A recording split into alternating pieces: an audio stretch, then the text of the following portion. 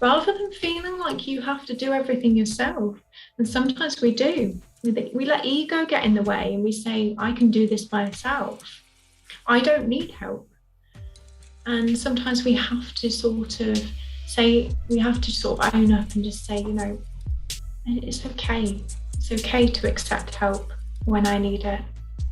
The Tune Creators Podcast is brought to you by the Tune Creators Club, our premier membership site for emerging artists looking to turn their music side hustle into a full-time gig. As a member, you get access to 30 social media content ideas every month, special discounts from our partners on products and services you use, weekly masterclasses and Q&A sessions with music industry experts, a supportive community of like-minded musicians like you, and so much more.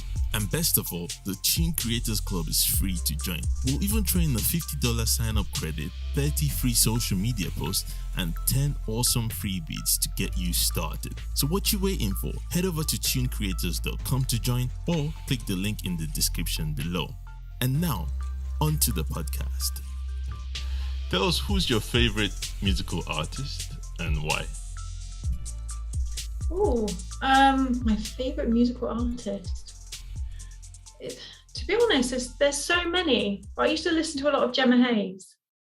More of like country, but I like so many different musical artists. It's kind of different to I'm not sure in terms of pinning down one in particular, because there's so many, but Gemma Hayes is a really good musician. Awesome. All right then, so let's dive into, could you tell us a little bit about you and how you got into the work you do? Yeah, sure. So I'm an actor. I'm also a bit of a writer as well. And I kind of fell into this work that I'm doing right now. Okay. So I'll start from the beginning. During the pandemic, we were going for a really tough time. And I was especially struggling because I was experiencing a breakup. There was a lot of different factors involved, and it was really tough to go through because there wasn't any separation period. This happened later on, so I didn't know where I was if I was coming or going. I hadn't really experienced it yet until later on, but I was still feeling this level of loss because there was a lot of uncertainty, and I felt really alone, and I didn't really know what path I was going to go down. And this is what led me to actually be a yoga teacher, because I was on this level, on this sort of way of discovery. I wanted to find out what it is. What is it about life and the meaning of life as well? Because I thought there's something else out there that I just didn't know. And also as a way to find myself again, I needed to discover that. So yoga sort of come about there when I became a hatha yoga teacher. And then later on, I came across mindfulness. So I ended up studying the MBSR program. And from that, I studied mindfulness and compassion therapy, which was very different. This was during my really difficult time where I was struggling a lot with this breakup, and I didn't know how I was going to get through it. And at the same time, I was studying to be a life coach. And this was there were so many different factors that were happening at the time. And when I came across the mindfulness and compassion therapy, it gave me a way to talk to myself in the right way, self-soothing. I learned certain elements of self-compassion, including mindfulness, but not in just the mindfulness of the present state moment, but also the self-compassion, which was a key that I felt like I needed in order to give myself more support. So I learned all these different facets in order to help myself. And this is what led me to where I am. And as I was an actor at the time, I was obviously struggling with putting myself out there. My heart wasn't in it often. And this was really tough. But after that, when I started applying what I was learning before I became qualified, it became easier. I'm not saying that it was completely easy, but it was a way to manage with consistency. I was able to be kinder towards myself, even as a progress, that we go through. And that's what led me to working with actors. I discovered, I'm an actor. I know this market, and I feel I can help other actors because we all go through rejection, even in a lot of different industries. You're putting yourself out there, you're starting on this new journey as an entrepreneur even. And that can seem, there's uncertainty there. And this can seem quite scary. And because of the rejection can lead to negative self-talk. So it just made sense. Because of that, I wanted to help other actors and obviously people around the world to support them with what I now know. And because it's helped me, I wanted to help others. That is so cool. I really like how you pretty much went through that whole breakup and then came to this solution, because of negative self-talk is something that, like I said, is something that I know can be very, do I want to say devastating, but it can really affect somebody like in a terrible way. But obviously, let's start from the beginning though, because I know I kind of have an idea what it is. But could you explain what negative self-talk is to somebody that might be struggling with it, but it doesn't necessarily understand it or know what it is even? Yeah, of course. When I categorize negative self-talk, it's usually related to a circumstance that's happened within somebody's life that's jolted their confidence. Could be that they're struggling in a difficult situation, could be related to relationship. It might be related to a rejection from an agent that you're putting yourself forward as an actor. You might get rejected there going into an audition, related to feeling negative about that situation. So we would use words like, or they might use words like, I'm not good enough. I can't do this. Or perhaps you didn't get the audition. You might think the same. So it's usually related to something that we perceive, because remembering that how we perceive the world is different from how everybody else perceives the world. We don't see the world as it is. We see the world as we are through our own eyes. And when I categorize negative self-talk, I like to break it down when I talk to clients. So imagine seeing yourself, observing yourself in a cave. You see yourself having an emotion. The thought that you're giving it is giving it fuel, which leads to the pattern of behavior. And it becomes a familiarity just because of that one thought or a range of thoughts.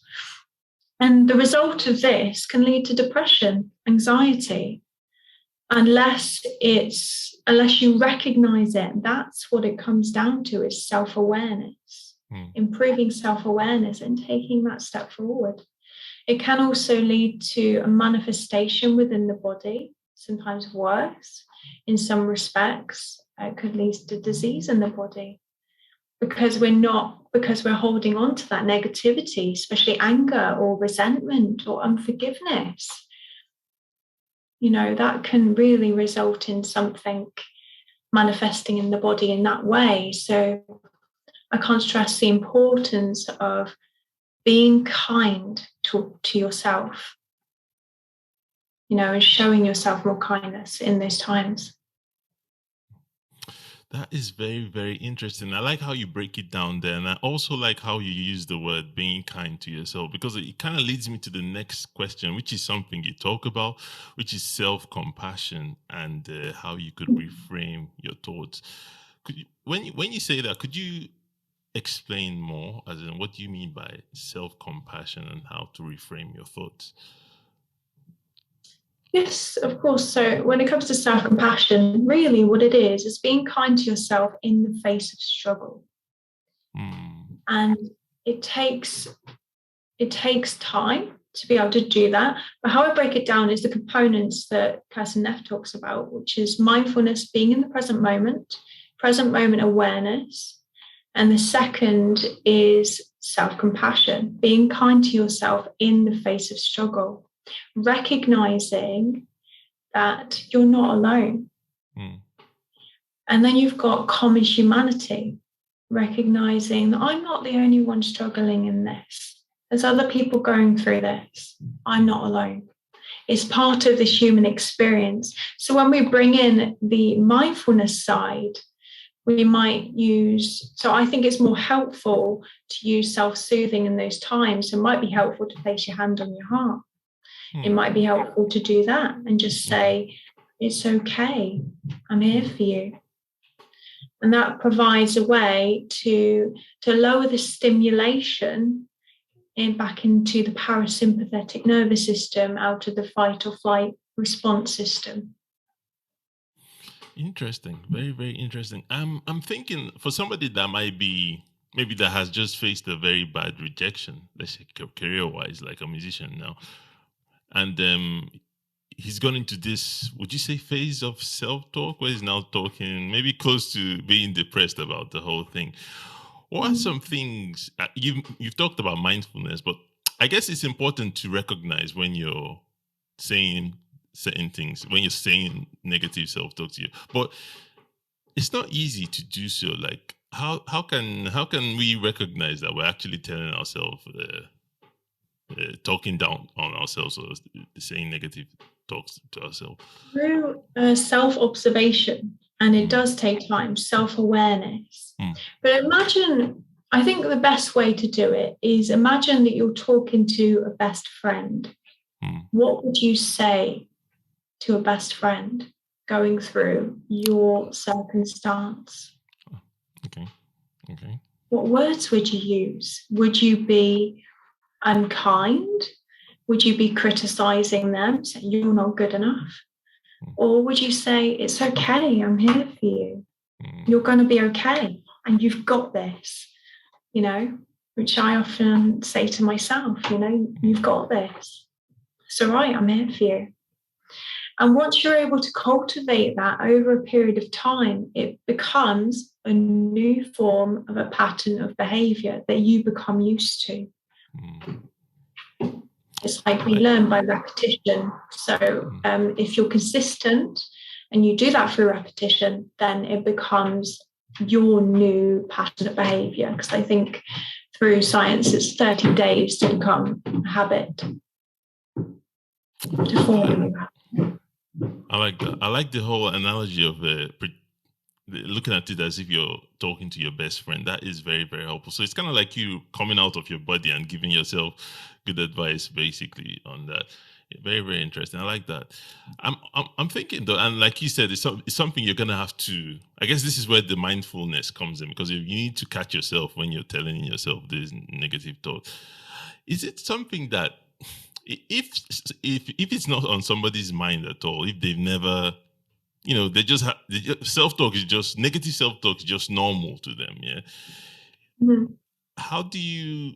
I guess how can you trigger them to be like, yo, you're doing this, you're saying these negative things to yourself and it's causing you this. How can you get them to stop doing that, or to start thinking, you know what, maybe I should stop telling myself these negative things and start, seeking help, I guess, if that would be the best. Yes, I would say, because, so going back to myself, when I went on this journey and I was going through a really tough breakup, at the same time, I ended up studying to be a mindfulness compassion teacher. I needed help too. I was really struggling. So I sought a therapist. That was helpful. It was in some ways helpful, but what it didn't do is lead me to independence. It did have its benefits, and it really did help me. But I needed to be able to learn to do things myself. And the only way I actually learned that is through what I now teach. So what I would suggest, what I found helpful, is working with somebody that knows, a mindfulness compassion teacher, maybe a mindfulness teacher, because being able to step outside rather than feeling like you have to do everything yourself. And sometimes we do. We let ego get in the way and we say, I can do this by myself. I don't need help. And sometimes we have to sort of own up and just say, it's okay. It's okay to accept help when I need it. And that doesn't mean that I'm going to need it forever. It just means to a certain point that can lead me to a place where I want to be.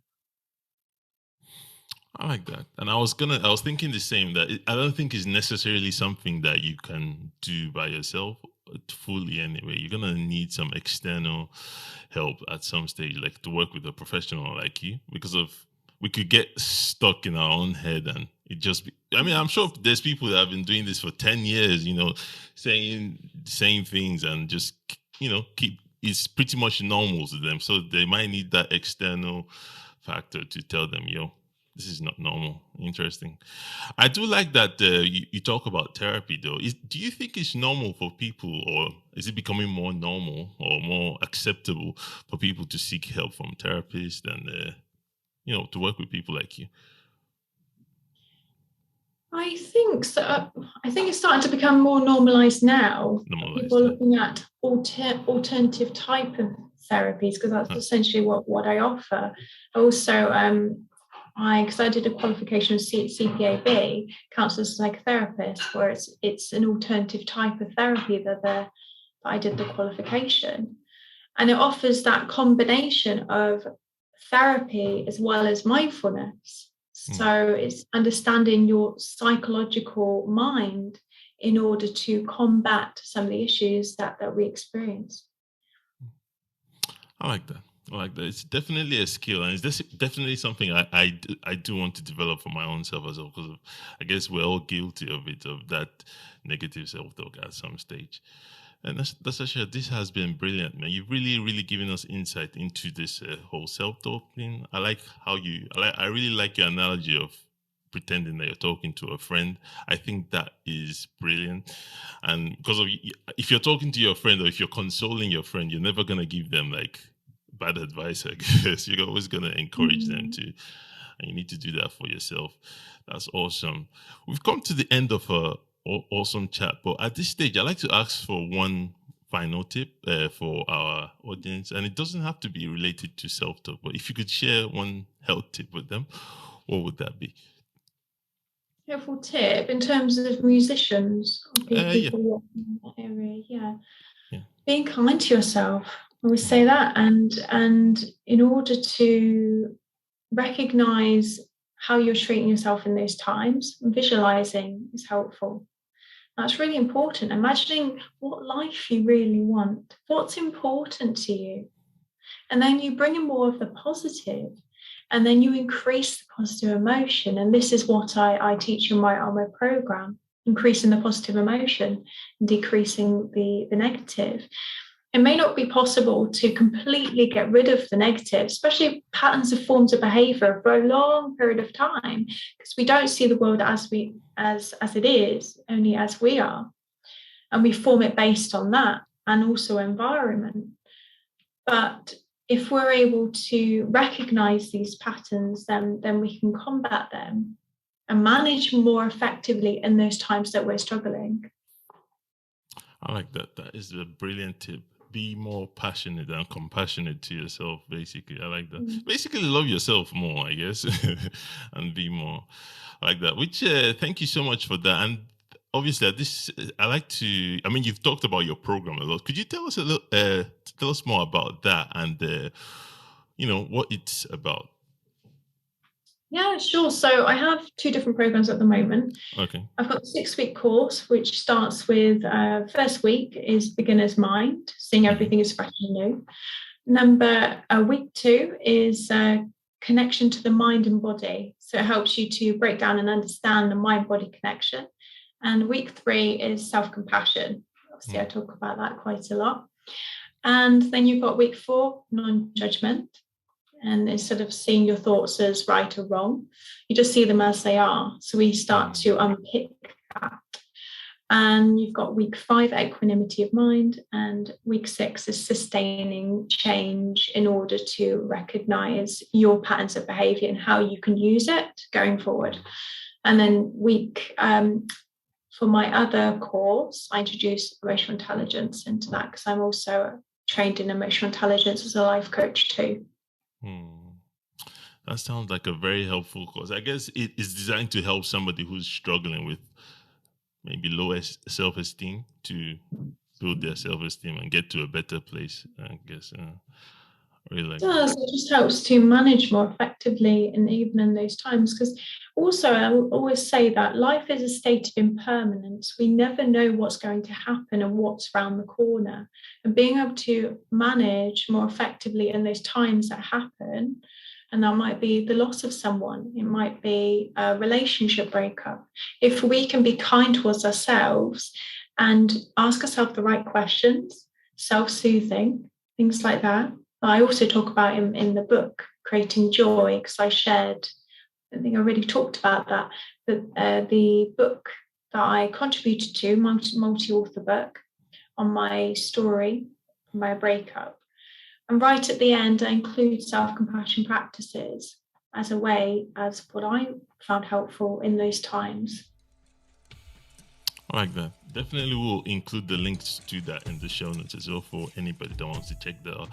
Natasha, this has been an awesome chat. Thank you so much for calling in. What's the best way, if our viewers want to learn more about you or get in touch with you, what's the best way for them to do that? So my website's nearly ready. It's www.natasharosecoaching.com. I've also got a Facebook group, mostly for actors, but I'm introducing other people as well. So Mindful Actors Empowerment Group on Facebook. And I have also an Instagram, which is Natasha Rose Mills Coach, and my main Instagram, which is Natasha Rose Mills.